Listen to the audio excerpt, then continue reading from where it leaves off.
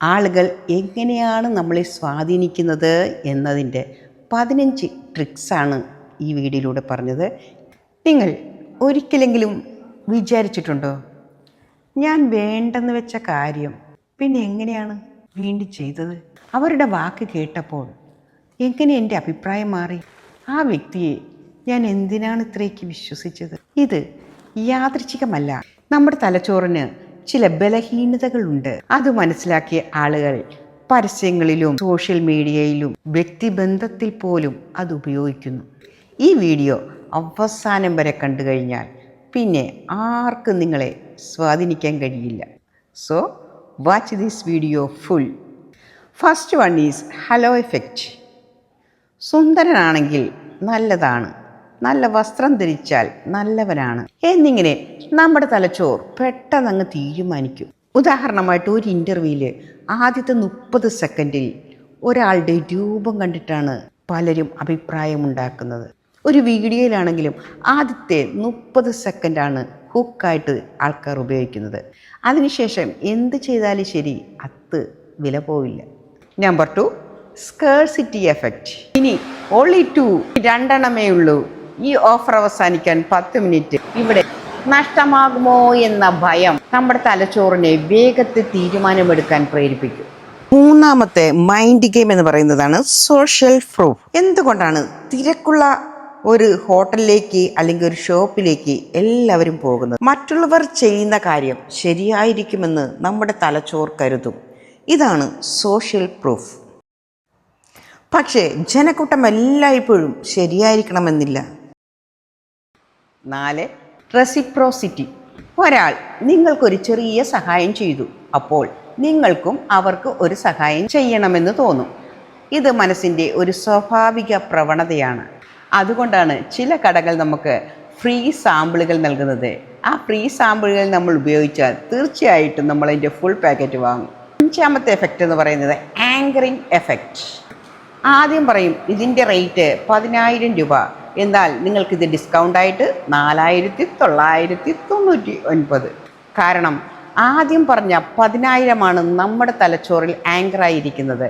അപ്പോൾ 10,000 വെച്ച് നോക്കുമ്പോൾ ഇത് കുറഞ്ഞ എമൗണ്ടായിട്ട് നമുക്ക് തോന്നും. ഇതാണ് ആങ്കറിങ് എഫക്റ്റ്. 6ാമത്തത് കൺഫർമേഷൻ ബയാസ്. നമ്മൾ വിശ്വസിക്കുന്നത് മാത്രം കാണുന്ന മനസ്സ്. ഒരഭിപ്രായം നമ്മുടെ മനസ്സിൽ നാം ഉറപ്പിച്ചാൽ അതിനെ ശരിവെക്കുന്ന വിവരങ്ങൾ മാത്രമാണ് നമ്മുടെ തലച്ചോർ അന്വേഷിക്കുക. ഉദാഹരണമായിട്ട് ഒരു വ്യക്തി നല്ലവനല്ല എന്ന് നാം തീരുമാനിച്ചാൽ പിന്നെ അയാൾ ചെയ്യുന്ന ഒരു നല്ല വശവും നമുക്ക് കാണാൻ കഴിയുകയില്ല. അപ്പോഴൊക്കെ അയാളുടെ ഓരോ പ്രവർത്തനത്തിലും ഓ ഞാൻ പറഞ്ഞില്ലേ എന്ന് തോന്നും. സോ വിധി പറയുന്നതിന് മുമ്പ് എല്ലാ വശവും കാണാൻ പഠിക്കുക. 7ാമത്തത് ഫ്രെയിമിംഗ് എഫക്റ്റ്. ഒരു ഡോക്ടർ പറയുകയാണെന്ന് കരുതൂ, ഈ ചികിത്സയിലൂടെ 90% നിങ്ങൾ രക്ഷപ്പെടും. അതേസമയം ആ ഡോക്ടർ പറയുന്നു 10% മാത്രമേ ഉറപ്പുള്ളൂ എന്ന്. രണ്ടും സത്യമാണ്. പക്ഷേ 90% എന്ന് പറഞ്ഞ ആളുകൾ രക്ഷപ്പെടുകയും 10% എന്ന് പറഞ്ഞ ആളുകൾ ഭൂരിപക്ഷവും മരിക്കുകയും ചെയ്യുന്നു. കാരണം വിവരങ്ങൾ എങ്ങനെ അവതരിപ്പിക്കുന്നു എന്നതും നമ്മുടെ തീരുമാനത്തെ സ്വാധീനിക്കുന്നു. 8, food in the door technique. ആദ്യം ചെറിയൊരു സഹായം ചോദിക്കും. അത് നിങ്ങൾ സമ്മതിച്ചാൽ പിന്നീട് പതുക്കെ പതുക്കെ വലിയ സഹായങ്ങൾ ചോദിക്കും. ഉദാഹരണമായിട്ട് 1 മിനിറ്റ് സമയം തരാമോ എന്ന് ആദ്യം ചോദിക്കും. പിന്നീട് അരമണിക്കൂർ സംസാരിക്കും. സോ ഓരോ അതേ പറയുന്നതിന് മുൻപ് ചിന്തിക്കുക. 9ാമത്തെ technique door in the face technique. ആദ്യം വലിയ ഒരു അഭ്യർത്ഥന, നിങ്ങൾ ഇല്ല എന്ന് പറയും. പിന്നീട് ചെറിയ അഭ്യർത്ഥന, അപ്പോൾ നമുക്കത് ന്യായമാണെന്ന് തോന്നും. ഇത് പലപ്പോഴും പല നെഗോട്ടിയേഷനിലും ഉപയോഗിക്കുന്ന തന്ത്രമാണ്. ആദ്യ ഓഫറുമായി താരതമ്യം ചെയ്യാതെ ഓരോ തീരുമാനവും അതിൻ്റെ മൂല്യത്തിൽ വിലയിരുത്തുക. 10, അതോറിറ്റി എഫക്റ്റ്. വെള്ളക്കോട്ട് ധരിച്ച ഒരാൾ ഒരു കാര്യം പറഞ്ഞാൽ അത് ശരിയാണെന്ന് നമുക്ക് വിശ്വസിക്കാൻ എളുപ്പമാണ്. കാരണം തലച്ചോർ പലപ്പോഴും അധികാരത്തോട് വിശ്വാസം സമർപ്പിക്കും. പക്ഷേ ഓരോ വിദഗ്ധനും പറയുന്നത് നാം ശ്രദ്ധിക്കണം. സോ പേര് നോക്കാതെ തെളിവ് നോക്കുക. 11ാമത്തത് പ്രൈമിംഗ് എഫക്റ്റ്. രാവിലെ കേട്ട ഒരു വാർത്ത അല്ലെങ്കിൽ കണ്ട ഒരു വീഡിയോ ആ ദിവസം മുഴുവൻ നിങ്ങളുടെ ചിന്തയെ സ്വാധീനിക്കും. അതുകൊണ്ടാണ് രാവിലെ എന്ത് കാണണം എന്ത് കേൾക്കണമെന്ന് നാം തീരുമാനിക്കണം എന്ന് പറയുന്നത്. 12. Emotional manipulation. ചിലർ നിങ്ങളുടെ സ്നേഹവും കുറ്റബോധവും ഉപയോഗിച്ച് നിങ്ങളെ നിയന്ത്രിക്കുവാൻ ശ്രമിക്കും. നീ എന്നെ സ്നേഹിക്കുന്നുണ്ടെങ്കിൽ അങ്ങനെ ചെയ്യണം. ഇത് ശരിക്കും ആരോഗ്യകരമായ ഒരു ബന്ധത്തിൻ്റെ ഭാഷയേ അല്ല. സ്നേഹവും സമ്മർദ്ദവും രണ്ടാണ്. 13. Fear appeal. ഇപ്പോൾ തന്നെ വാങ്ങിയില്ലെങ്കിൽ അത് നഷ്ടമാകും, ഇത് ചെയ്തില്ലെങ്കിൽ ജീവിതം നശിക്കും. ഇത് ഭയം ജനിപ്പിച്ച് തീരുമാനമെടുക്കുന്ന ഒരു രീതിയാണ്. പരസ്യങ്ങളിലും സോഷ്യൽ മീഡിയയിലും എല്ലാം ഇത് നമുക്ക് കാണാവുന്നതാണ്.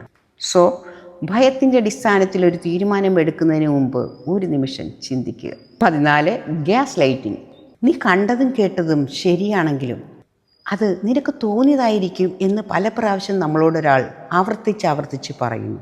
അപ്പോൾ നമ്മൾ താൻ അത് കണ്ടായിരുന്നോ അത് കേട്ടായിരുന്നോ എന്ന് നമ്മൾ സ്വയം നമ്മളെ തന്നെ സംശയിക്കാൻ തുടങ്ങും.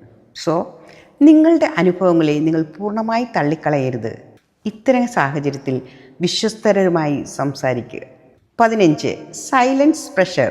ചിലർ ഉദ്ദേശപൂർവ്വം ഒന്നും മിണ്ടാതിരിക്കും. ആ നിശബ്ദത തകർക്കാൻ നമ്മൾ ചിലപ്പോൾ പൂർണ്ണമായി മുഴുവൻ അങ്ങ് പറഞ്ഞു പോകും. നെഗോഷിയേഷനിലും അഭിമുഖങ്ങളിലും പലപ്പോഴും ഇത് സംഭവിക്കാറുണ്ട്. സോ നിശബ്ദതയെ ഭയപ്പെടരുത്. മിണ്ടാതിരിക്കുമ്പോൾ നമുക്ക് മിണ്ടാതിരിക്കുക തന്നെയാണ് ശരിയായ മറുപടി.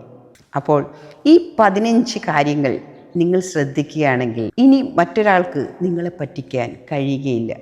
ലോകം മാറില്ല, പക്ഷേ നിങ്ങളുടെ ചിന്താഗതി മാറിയാൽ ലോകത്തെ കാണുന്ന നിങ്ങളുടെ കണ്ണുകൾ മാറും എന്നാണ് സൈക്കോളജി പറയുന്നത്. മറ്റുള്ളവരെ നിയന്ത്രിക്കാൻ വേണ്ടിയല്ല നാം ഇത് ഉപയോഗിക്കേണ്ടത്, മറ്റുള്ളവർ നമ്മളെ നിയന്ത്രിക്കാതിരിക്കാൻ ഈ ട്രിക്സുകൾ നാം ഉപയോഗിക്കുക.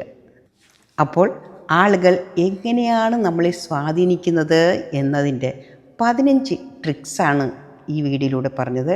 ഇതിൽ ഏതൊക്കെ ട്രിക്സാണ് നിങ്ങളുടെ ജീവിതത്തിൽ സംഭവിച്ചിട്ടുള്ളത് എന്ന് ഒന്ന് കമൻറ്റ് ചെയ്യുക.